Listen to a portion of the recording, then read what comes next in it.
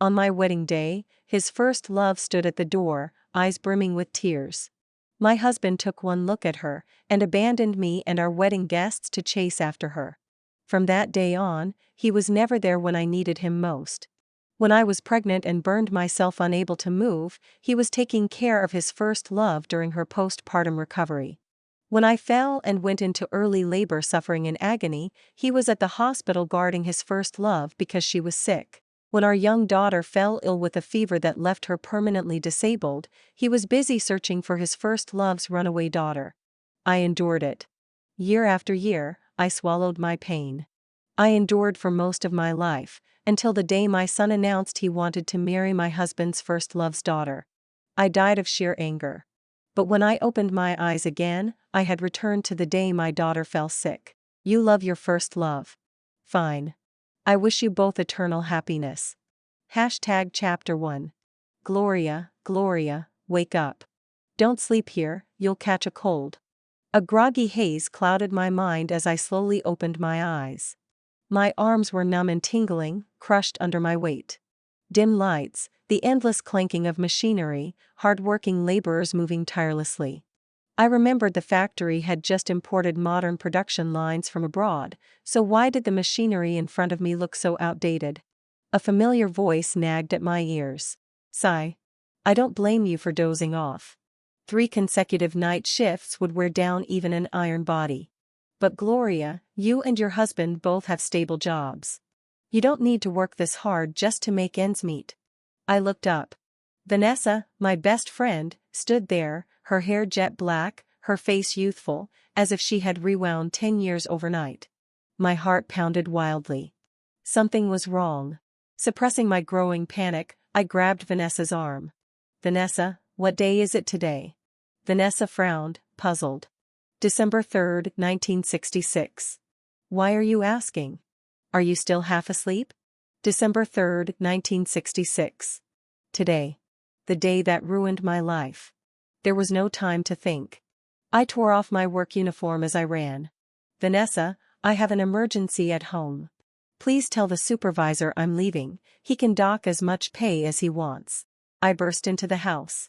It was pitch black. The air was cold. My son lay sound asleep on the warm brick bed. Beside him, my daughter tossed and turned, her face flushed red, her breathing uneven. I reached out. Her forehead was burning hot. I looked around. The one person who should have been home taking care of the kids, my husband, Victor, was nowhere to be seen.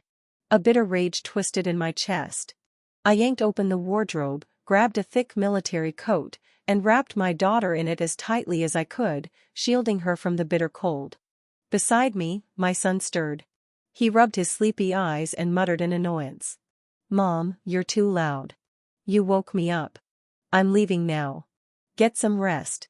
I extinguished the kerosene lamp, lifted my daughter in my arms, and left, guided only by the glow of the snow. The roads were slippery, and there were no street lights. I fell multiple times before I finally made it to the hospital. The doctor examined my daughter and then turned to me, his face dark with disapproval. What kind of mother are you? A child's fever is serious. Why didn't you bring her sooner? If she suffers lasting consequences, you'll regret it for life. My breath caught, my voice hoarse. Will my daughter have any permanent damage? The doctor adjusted his glasses. Luckily, you got her here in time. The nurse will administer in 4. Once the fever breaks, she'll be fine. I exhaled in relief. Half of my anxious heart finally settled. The nurse inserted the needle into my daughter's arm. Gradually, the unnatural flush on her face faded and she fell into a peaceful sleep. As the nurse tidied up, she struck up casual conversation. It's the middle of the night, and you're here alone with your child. Where's the father? My hands froze. The warmth from rubbing them together instantly vanished. Victor. I remembered my past life. Before I left for my night shift, I repeatedly reminded him. Our daughter had been sick for days. I told him to make sure she took her medicine, to keep her warm, and to take her to the hospital at the first sign of trouble.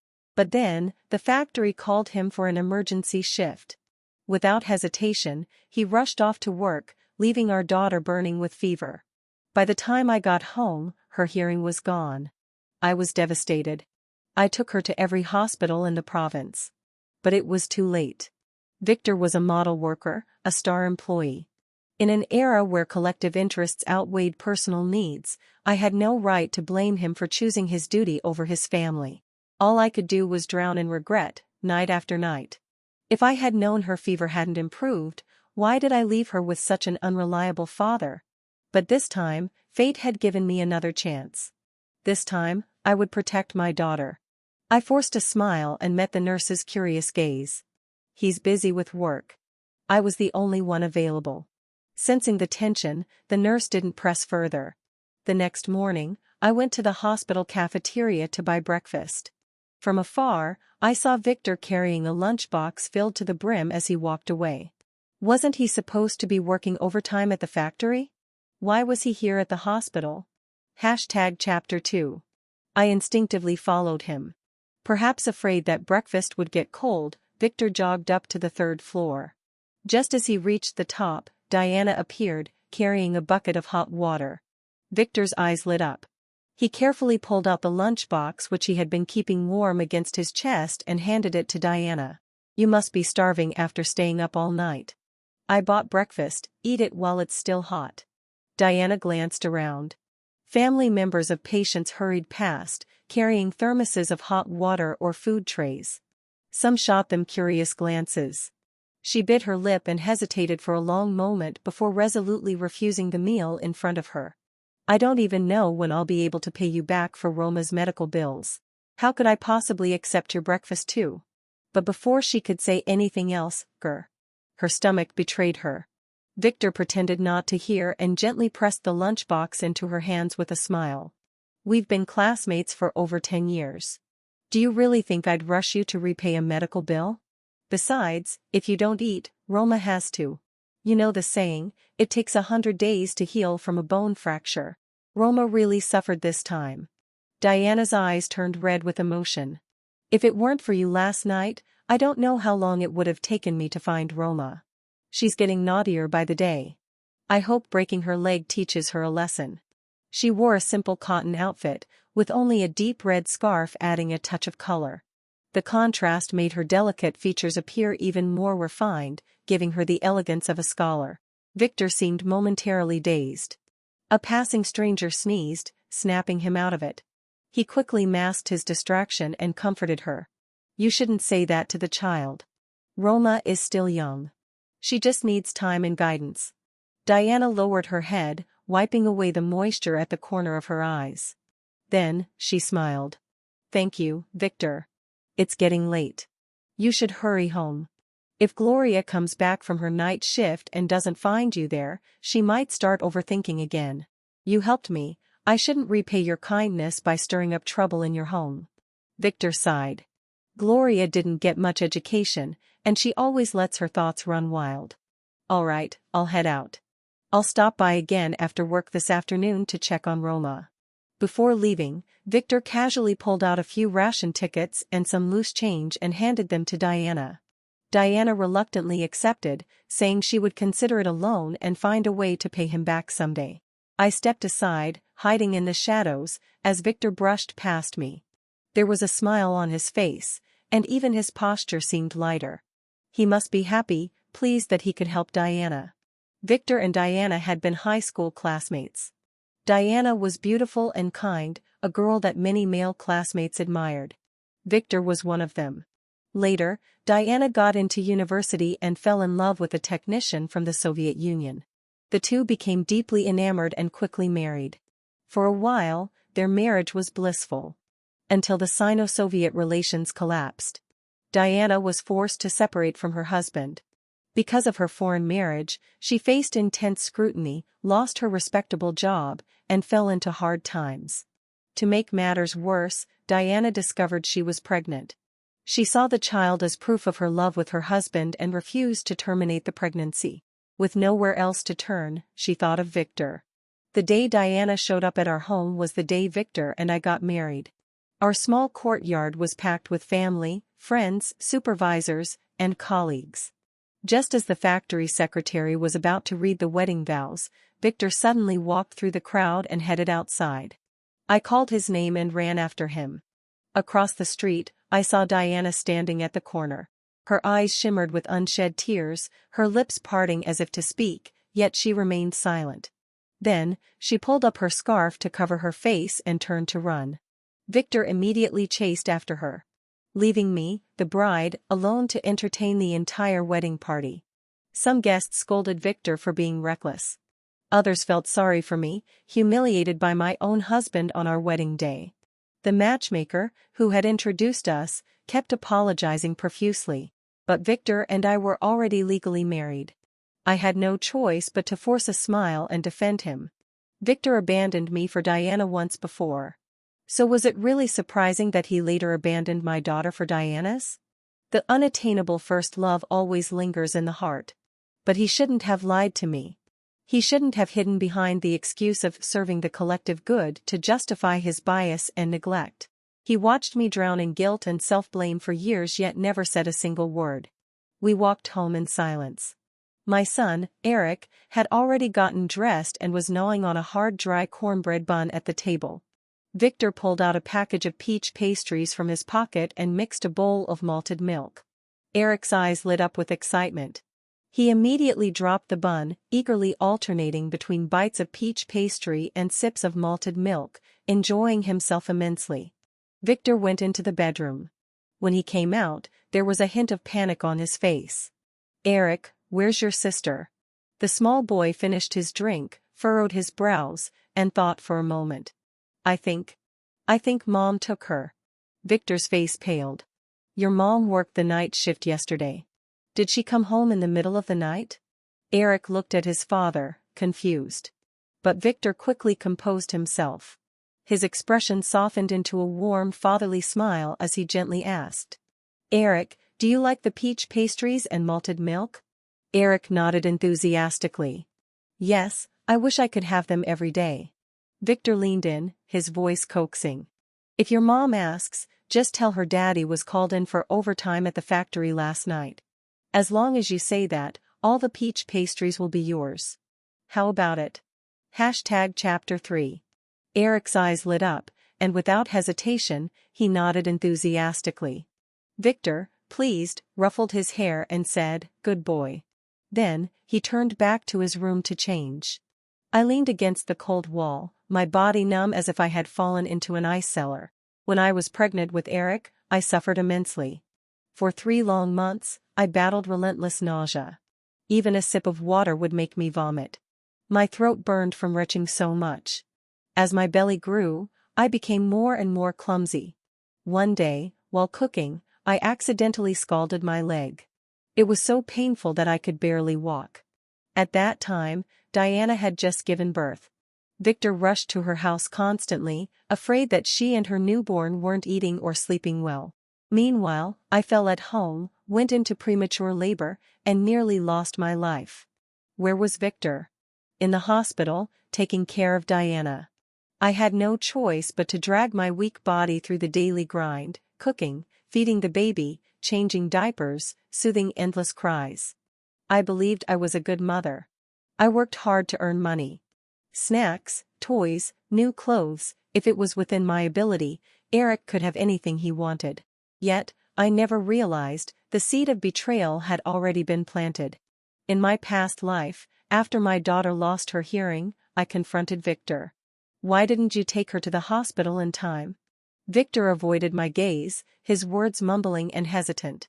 Then, Eric, my son, my own flesh and blood, told me himself that Victor had been called for an emergency night shift at the factory. That was why he hadn't taken our daughter to the hospital. And I, so foolish, so naive, believed him. Believed that children don't lie. Believed that it was my fault for working overtime, for choosing money over my family. For years, Eric watched me drown in guilt. For years, he watched Victor and me argue over Diana and her daughter. Victor called me cruel, saying I had a dirty heart, that I was so heartless and petty I couldn't even tolerate a struggling mother and her child. I hated Diana and her daughter. I hated Diana for stealing the love and care that should have been mine. I hated Roma for taking away the fatherly love that should have belonged to my daughter. And Eric knew it. He knew everything. Yet, as an adult, he still fell in love with Roma. Brought her to me and said, "Mom, I'm going to marry her." I strongly opposed it. But Eric, stubborn as iron, threatened me. "If you don't approve, I'll sever ties with you. I'll move into Roma's family instead." And then, he looked me in the eyes and said, "You never understood love. No wonder Dad preferred Aunt Diana over you." The rage and heartbreak suffocated me. I couldn't breathe. My own son had killed me with his words. But now, I had died once before. What was there left to fear? Victor finished getting dressed and stepped out, holding Eric's hand. To his surprise, he ran straight into me at the doorway. "Gloria, you're home from work?" Victor's body stiffened, uncertain of how much I had overheard. I curled my lips into a smile, then, without warning, I slapped him across the face. Hard. Again. And again. Victor was stunned, his eyes wide with shock, confusion, and humiliation. A self-proclaimed intellectual, he prided himself on never using vulgar language. Now, holding his swollen cheek, his dignity lay in tatters. "Gloria, what gives you the right to hit me? You're nothing but a shrew." I shook out my hand, satisfied with the angry red marks on his face. "I'm hitting you, you shameless mutt, because you don't know where your loyalties lie. Your own daughter was left alone at home, yet you ran off to help someone else find theirs. If I hadn't come home in the middle of the night, our daughter would have either burned her brain into stupidity or been left with a lifelong disability. Can you take responsibility for that?" Victor gritted his teeth. "It was just a mild fever." "You're exaggerating. Besides, Eric was at home, shouldn't a mother set a good example for her children?" Even without reason, Victor insisted on defending himself. I let out a cold laugh. "A good example? You stuffed your brain with books and this is the example you set? Teaching our son how to lie? You bribed Eric with peach pastries, had him lie to me about you working overtime at the factory, when in reality, you spent the whole night helping Diana search for her daughter. Now, you're buying her breakfast, handing her money. Why not just give her the entire family savings while you're at it?" Victor ran a frustrated hand through his hair. "This is why I wanted to keep it from you. Now that you know, you just won't let it go. Why can't you believe me? Diana and I are innocent. I'm only helping her because we were classmates. What's so wrong about that? She and her daughter are struggling, what's the harm in lending a hand? Struggling. Was that my fault? Why should I pity her? Why should I sacrifice myself for her?" Chapter 4. In the hospital corridor, I watched Diana's profile, still unable to find an answer to my question. Her long, jet-black hair was braided neatly over her shoulder, smooth and glossy. Her skin was pale and delicate, unblemished even in this harsh winter air. A faint fragrance of snow cream lingered around her. And then, there was me. For the sake of convenience, I had cut my hair short, just above my ears. My hands, hardened with calluses from years of labor, were rough and worn. There was no comparison. Diana's voice was soft and gentle. "Gloria, Roma ran away from home yesterday. I was worried sick, so I asked Victor to help me look for her. If you're upset, take it out on me, hit me, scold me, but don't blame Victor. He's a man, having to go to work with handprints on his face must be humiliating." I let out a cold laugh. Victor didn't complain. "What makes you think you can speak on his behalf?" A single tear slid down Diana's cheek. Her expression twisted in sorrow. "You know my situation, Gloria. I have no job, no income, I can barely support myself and my daughter on my ration. If Victor didn't help me from time to time, I wouldn't be able to survive." I stared at her indifferently, unable to summon even an ounce of sympathy. "Back then, so many people advised you to abort the child and find someone else to marry. But you insisted on keeping her, all for a so-called love that wasn't even worth a handful of grain. And now, you want to complain about how hard life is. Who else is to blame but yourself?" When Diana came back pregnant, her family, friends, even the neighborhood women's committee all tried to persuade her. She wavered, nearly went through with the abortion, and even lay on the operating table. but at the last moment, she ran away. She swore to give birth to that child, believing it was a symbol of her love with her husband. Now, years later, the hardships of life had swallowed her whole. But the regret, that was something only she could bear. Thinking about the past, Diana buried her face in her hands and sobbed. She's my daughter, Gloria. When I went to the hospital, I could already feel her moving inside me. How could I possibly bring myself to get rid of her? Gloria, you're a mother too, you must understand. My heart remained unmoved as I stared at her trembling figure. Diana! Victor shouted angrily, forcefully pulling me away and shielding Diana behind him. Gloria, I was the one who wanted to help Diana. Stop making things difficult for her. My shoulder slammed against the wall, sending a sharp jolt of pain through my body. I sucked in a breath, then turned to Diana. Did I make things difficult for you? Diana looked uneasy, hesitating as if struggling to find the right words. Victor, you're misunderstanding Gloria. We were just talking.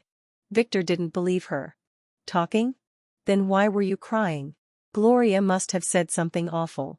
His righteous indignation was so overwhelming, it was as if he was ready to sentence me on the spot. On our wedding day, Victor humiliated me in front of all our guests.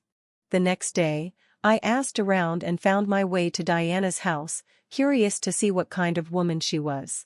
Yet, just as I left, she conveniently fell ill and was rushed to the hospital.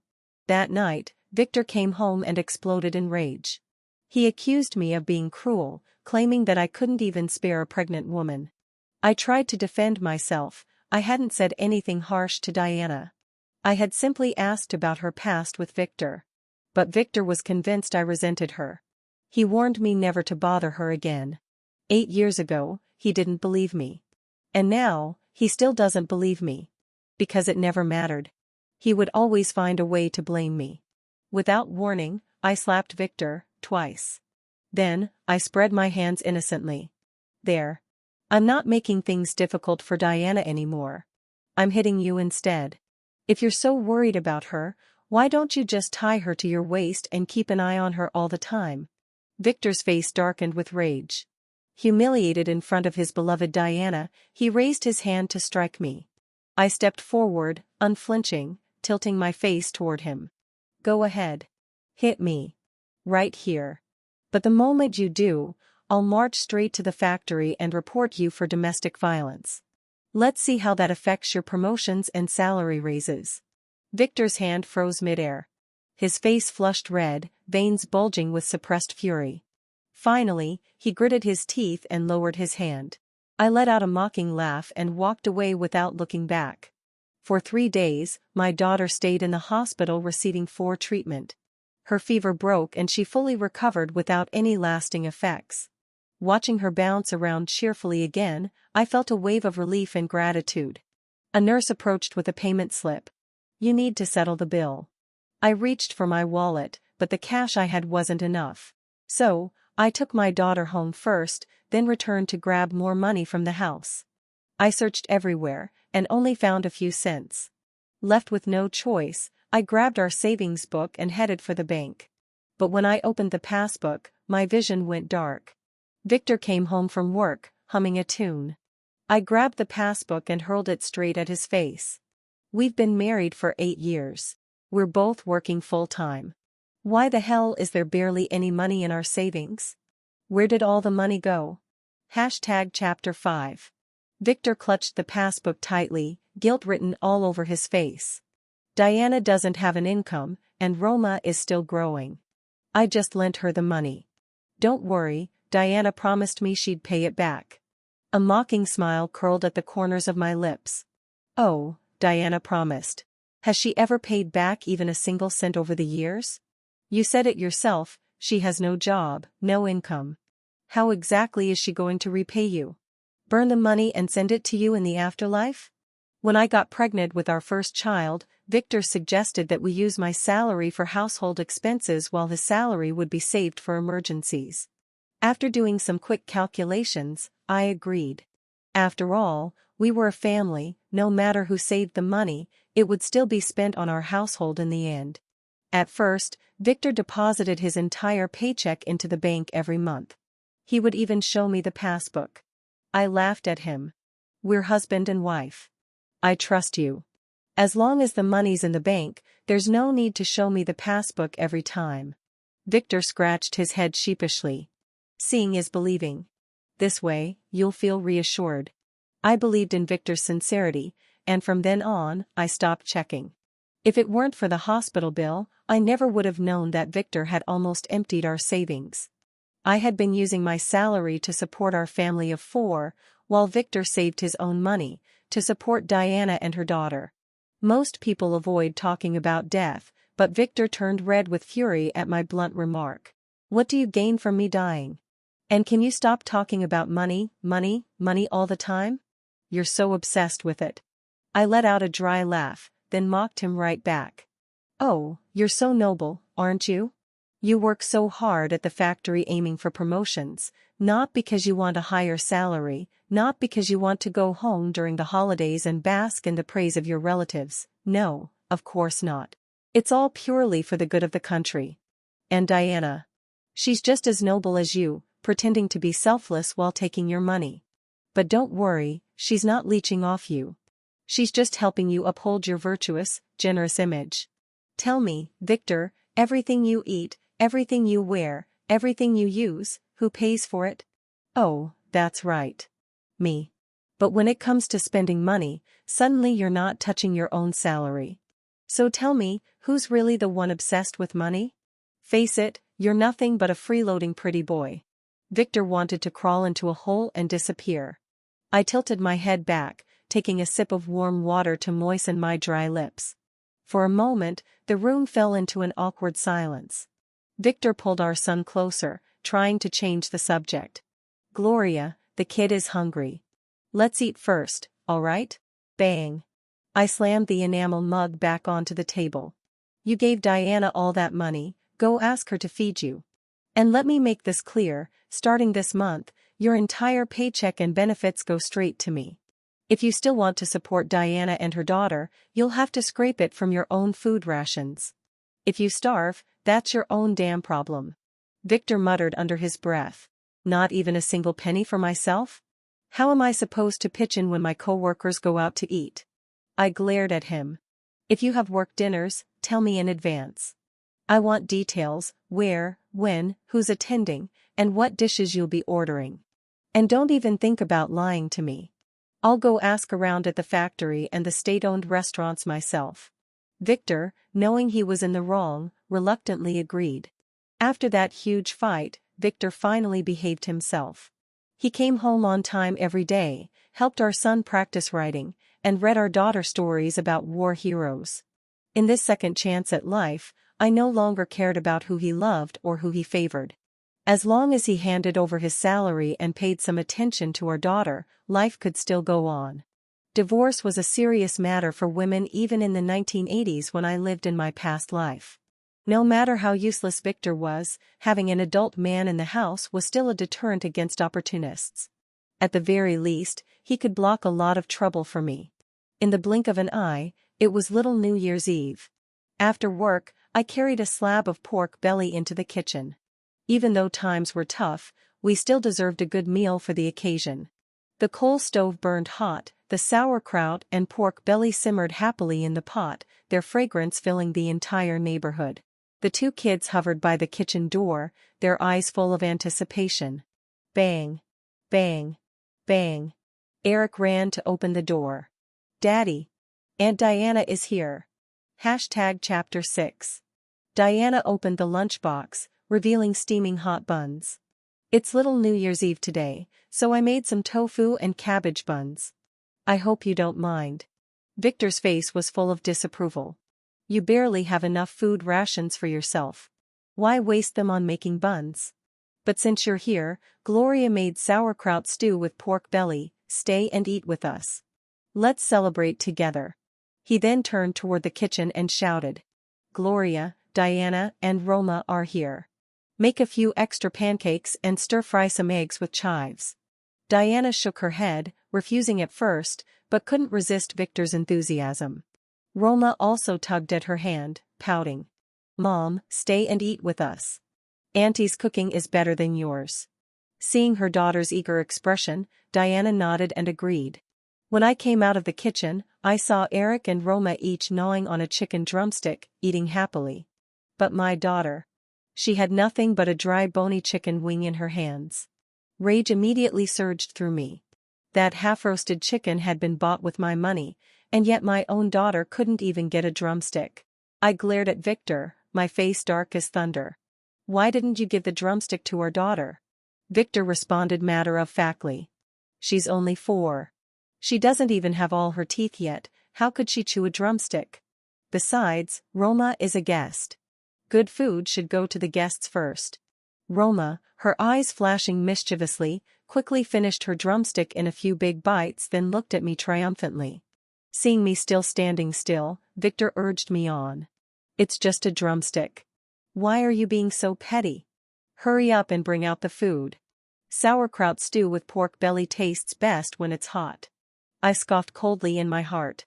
Clearly, I had been too nice to Victor these past few days. He had already forgotten what pain felt like. Without another word, I grabbed the enamel mug and splashed its entire contents onto Victor's face. "I've been slaving away in the kitchen all night and I don't even get a single word of thanks." "Fine.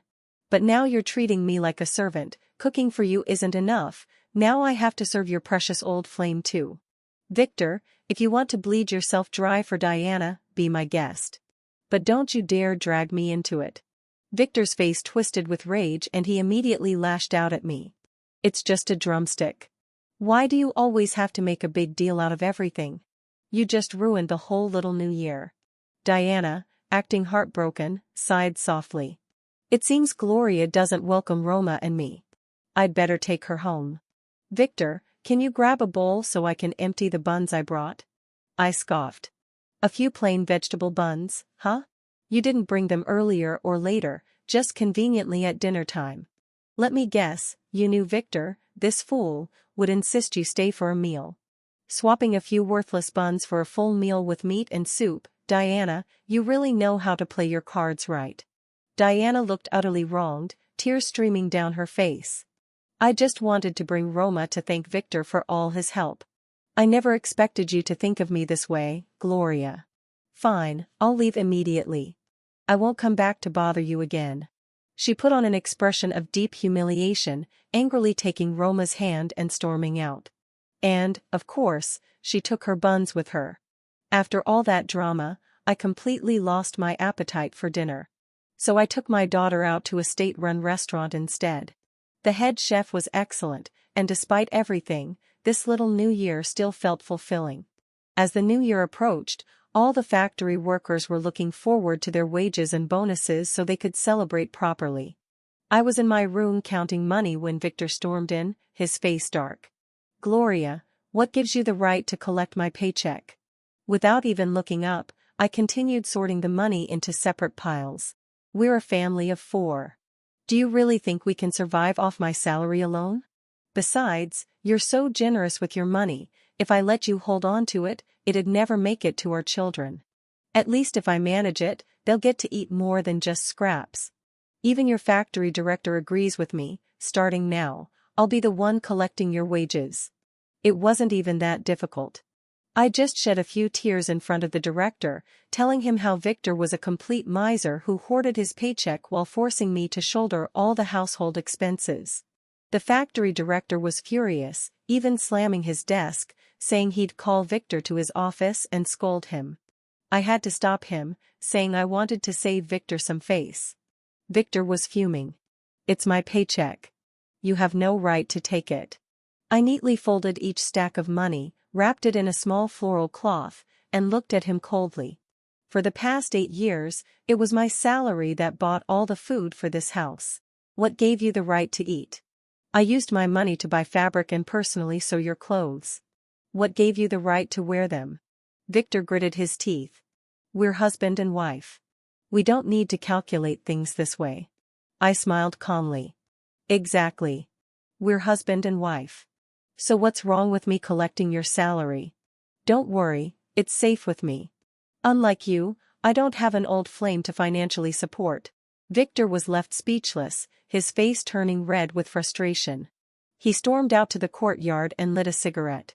Chapter 7. With no money in his hands, Victor had to temporarily stop his financial aid to Diana and her daughter and find other ways to help. For instance, he started saving half of his lunch from the factory cafeteria and bringing it to Diana. The state-run mechanical factory provided substantial meals since the workers were doing physical labor. Braised pork, stir-fried greens, tofu stew, there was plenty of good food. But because Victor gave half away, he wasn't full at lunch and came home ravenous. Since I cooked according to normal portions, it was never enough for him. "Why did you only steam a few buns?" "I'm still hungry." I continued tidying up the dishes, feigning confusion. "I've noticed you've been eating a lot more at night lately. But you're not a teenage boy going through a growth spurt, are you?"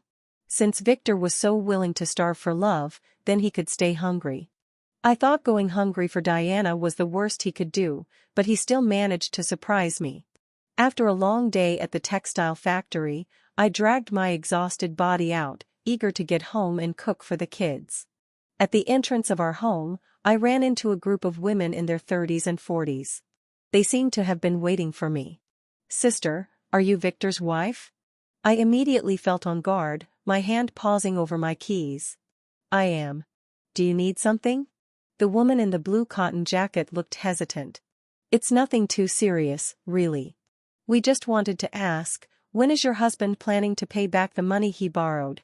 We didn't want to come knocking, but our families rely on our husband's wages to feed 5 or 6 mouths. We have to budget carefully. Lending out dozens of yuan puts us in a difficult position." The other women started chiming in one after another. "My daughter is about to be sent to the countryside. It's an unfamiliar place, and we need to prepare supplies for her, blankets, clothes, enamel basins, even a single sewing needle costs money. My son's getting married soon. We're saving up to buy furniture for his new home. My father-in-law broke his leg while working in the fields. He's in the hospital waiting for surgery." Every word struck my heart, pressing down on me so hard that I could barely breathe. The woman in the blue jacket pulled out a piece of paper and unfolded it. It was an IOU. Victor's name and red fingerprint were clearly marked on it. The other women followed suit, showing me their own IOUs. "Little sister, this is the debt note Victor gave my husband. We didn't forge it." I examined them one by one. After quickly calculating, I realized that he had borrowed a total of 300 yuan. Victor was neither sick nor injured. Why would he borrow so much money? I clenched my fists, struggling to suppress my rage and the urge to beat him senseless. "Sisters, please go home for now. Give us some time to gather the money. We won't default on the debt. Then hurry up. We all need the money urgently." After I reassured them repeatedly, they finally left.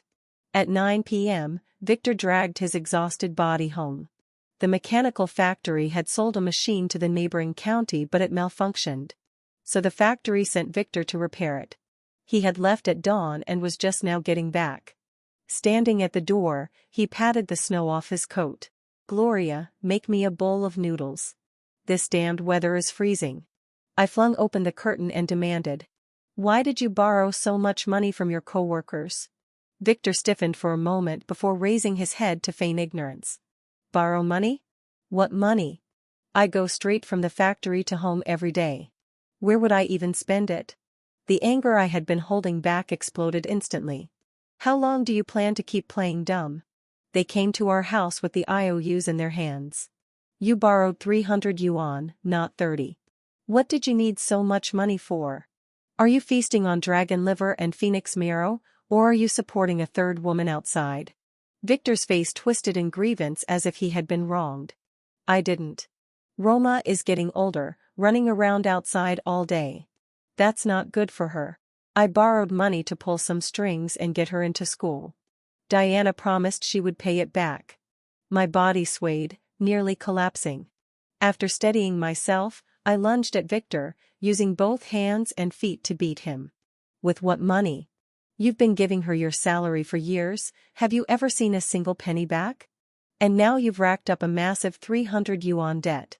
They're demanding repayment. Tell me, how do you plan to pay them back?" You love playing the hero in front of Diana, but you never spare a thought for me and our 2 kids. You don't even worry about whether we'll have food to eat or how we'll deal with the debt. You just assume that since I gave birth to your children, I won't be able to leave you and I'll have no choice but to clean up your mess. I let out a cold laugh and spat out the final words. Well, let me tell you, I want a divorce. Our daughter stays with me, and you take our son.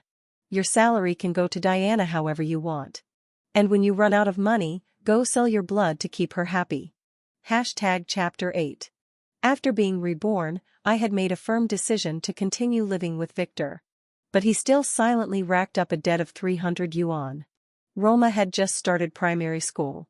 The further she studied, the more money it would cost. And what about her future job and marriage? Was everything supposed to rely on Victor, this fool who throws away money? I couldn't allow Victor to remain in my life, planting a ticking time bomb that could explode at any moment. The next day, I packed my things and moved into the textile factory's dormitory with my daughter. The textile factory was also a major workplace, complete with a kindergarten, a primary school, a middle school, and even a hospital. After enrolling my daughter in kindergarten, I felt completely at ease. After work, as I walked toward the factory gate, I saw Victor standing beneath a tree in the distance. Several cigarette butts were scattered at his feet. Vanessa teased me. "Oh, look at that. Your husband came to pick you up." I sighed with a helpless smile. "I'm divorcing him. Soon, we'll be strangers." "Divorcing?" Vanessa gasped, covering her mouth, then nodded in understanding. "No wonder you moved into the dormitory." Victor stepped forward, and Vanessa, being considerate, walked away. "Gloria, I was wrong. Come home with me. Eric and I can't live without you." I scoffed. "You know you were wrong, so what? Will you change? If Diana comes to you for help again, will you be able to turn her away?" Victor's lips moved slightly, but the same old excuse spilled from his mouth. "Diana is raising a child alone. It's not easy for her." I let out a sharp laugh. "You don't regret anything. You just don't want to lose your free housemaid. These past few days, without me at home, you and Eric must have struggled, huh?" In this era, most men rarely did housework. Victor liked to call it earning money for the family, meaning that once he got home from work, he deserved to lie down and enjoy life. Meanwhile, women who worked weren't just expected to have jobs, they also had to cook, clean, and handle every household chore. And for those who didn't work, they served their husbands and in-laws, took care of their children, and once their kids grew up, they continued raising their grandchildren. After a lifetime of unpaid labor, they were left with aching joints and illnesses, only to be accused of eating for free.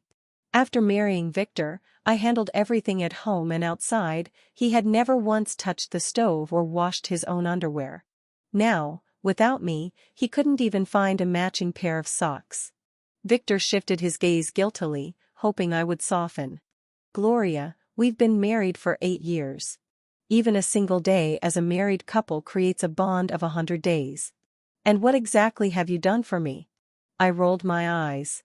"There's an old saying, marry a man, and he will provide food and clothing. But for 8 years, I was the one feeding and clothing this family with my wages. I've never enjoyed a single day of comfort thanks to you. We have 2 children. Can you really bear to let them be mocked by others for not having a proper family?" Victor was still unwilling to give up. I laughed coldly. "You have the audacity to bring up our children. When I was pregnant with Eric and burned my leg, where were you? You were taking care of Diana during her postpartum recovery. I couldn't even get a warm meal. When I nearly died giving birth to our child, where were you? The moment Diana got sick, you rushed over to take care of her.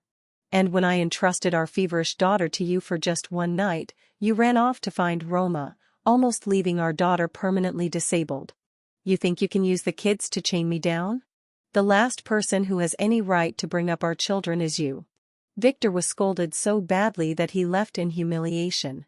The next day, he brought Eric and waited for me outside the textile factory. "Mom." Eric ran over, looking up at me with his bright dark eyes. "Mom, bring my sister home. Dad and I miss you both." I bent down to look him in the eye. I'm divorcing your father, and I won't go back to that house. Do you want to stay with me or with your dad? Eric looked at me, then at Victor. Then, with a few quick steps, he ran straight back to his father, stuck out his tongue, and made a silly face at me. I don't want to stay with you. Dad tells stories, Mom doesn't. A slight pang hit my heart, but the last bit of guilt I felt toward Eric vanished completely. I straightened up and looked at Victor. Eric stays with you. My daughter stays with me. One child each. That way, we don't owe each other child support. We've been married for 8 years, and I was the one supporting this family with my wages for 7 of them. It's time you and Eric repaid your share. My monthly wage is 37 yuan. You and Eric used up half of it. That's 1,554 yuan over 7 years. I'll round it off, just give me 1,600 yuan. Victor's face turned deathly pale, his lips trembling. Do you really have to be this calculating? 1,600 yuan, that's like asking for my life. So, in the end, it was all about money. Spending money on Diana was easy for him, but when it came to giving money to me, it was like cutting off his own flesh. Your life isn't worth money, so why would I want it? My advice. Be smart and agree to this divorce. Sign an IOU and start repaying me. Otherwise, I'll make sure the entire factory knows about your righteous generosity. Chapter 9. That day, Victor left with his head hanging low. For several days, he didn't show up in front of me. I was more than happy to have some peace. One afternoon during lunch, the factory's gatekeeper came looking for me. Your husband is waiting for you at the entrance. He looks like he has something urgent to tell you. I didn't want to go. Vanessa sighed and nudged me. Go check it out. What if it's really something serious? After a moment of hesitation, I stood up and walked out. The moment Victor saw me, his eyes lit up but his face remained anxious. Eric is sick and has a fever. He refuses to take his medicine unless you're the one to comfort him. I immediately rushed home. But as soon as I pushed the door open, Eric quickly buried himself under the blanket, letting out a soft whimper. Mommy. I want Mommy. I reached out and placed my hand on his forehead. Completely normal. Turning around, I shot a cold glare at Victor. Why did you lie to me? Victor let out a bitter smile. Gloria, you're too heartless. You just left. You just decided on divorce without hesitation. If I didn't lie, you wouldn't have come back. I immediately turned to leave without even a trace of reluctance. We have nothing to talk about except divorce. If you refuse to sign, I'll go straight to the factory director to seek justice. That evening, after work, I went to pick up my daughter from the kindergarten. However, the teacher informed me that she had already been picked up. Who took her? A man. He said he was Luna's father, and Luna recognized him. Panic rushed through me. I immediately ran to Victor's house. The moment I burst inside, I searched every single corner, but my daughter was nowhere to be found. Heart pounding, I turned to Victor and demanded answers. Where's Luna? Where did you hide her? Victor smiled innocently. I sent her to my mother's place. Don't worry, she'll take good care of Luna. As long as you move back home and live with me like before, I'll bring her back immediately. Victor's mother favored boys over girls. Even though I had already given birth to both a son and a daughter, she still wasn't satisfied. She kept urging me to have more sons, claiming that only with enough sons could a woman avoid being bullied in old age. Compared to me, my sister-in-law had given birth to 4 big healthy boys. My mother-in-law was overjoyed, grinning from ear to ear. Every chance she got, she would sigh dramatically in front of me. Women should stay at home and serve their husbands and children. The moment they get a job, their hearts start to wander. Poor Eric doesn't even have a younger brother to support him. He'll never be able to stand tall. And it's all because of his heartless mother. The unease and anxiety I had felt earlier instantly transformed into overwhelming fury. Victor must have lost his mind to think he could use such a disgusting trick to make me stay. Fine, you play dirty, and I'll play even dirtier. If you want a fight, you'll get one. I pretended to hesitate for a long while, putting on an act of reluctant compromise. Tell your mother to take good care of Luna. I'll go home tonight and think about it. I'll give you my answer tomorrow. Victor beamed, looking as if he could already see the bright future of me moving back in. That night, I returned to my dorm at the textile factory and went straight to bed. Think about it? As if. Even wasting a single second on Victor was too generous. He was ruthless, so I would be ruthless too. The next morning, I went straight to the director of the machinery factory. Tears streamed down my face as I stood in the hallway, wailing.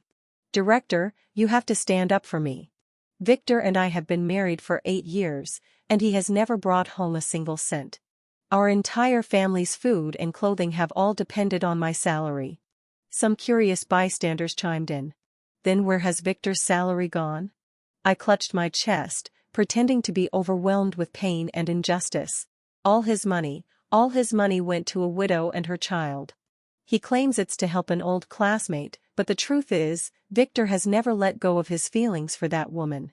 When I took over collecting his salary through the factory, he had no money left to give them, so he borrowed 300 yuan from his co-workers just to send that woman's child to school. If the wives of those men hadn't come knocking to demand repayment, I would have never known he had racked up so much debt. On our wedding day, he abandoned me to run after that woman. After marriage, he kept their relationship shady and unclear, giving her all his money while leaving me to struggle. And now he's in debt because of her.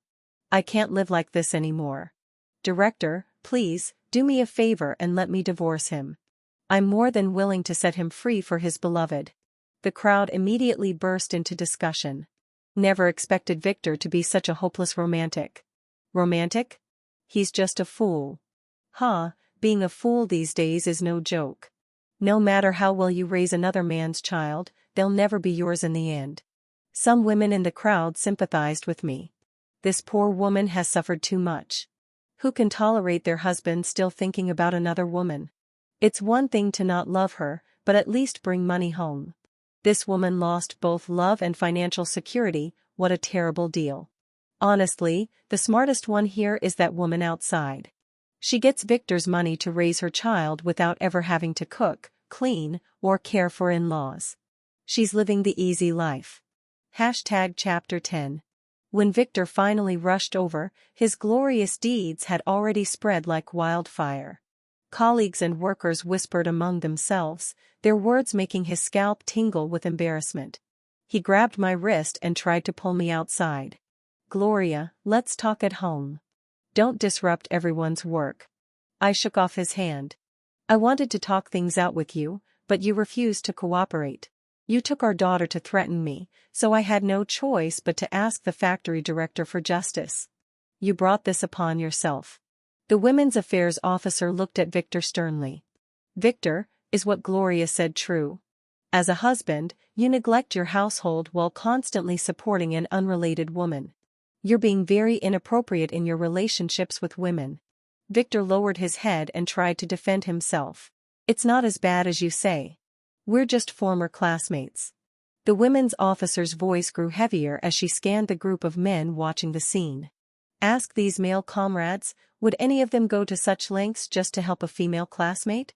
The male workers shook their heads and waved their hands in unison. "Neglecting your own wife and kids for an old classmate. You'd have to be kicked in the head by a donkey to do something that stupid. I wouldn't dare support a female classmate. People would report me for inappropriate relations between men and women. Making money is hard enough. It's difficult just feeding our own families. Who has the spare resources to help someone else? The saying goes, help in an emergency, not in poverty. I don't want to get involved in a bottomless pit."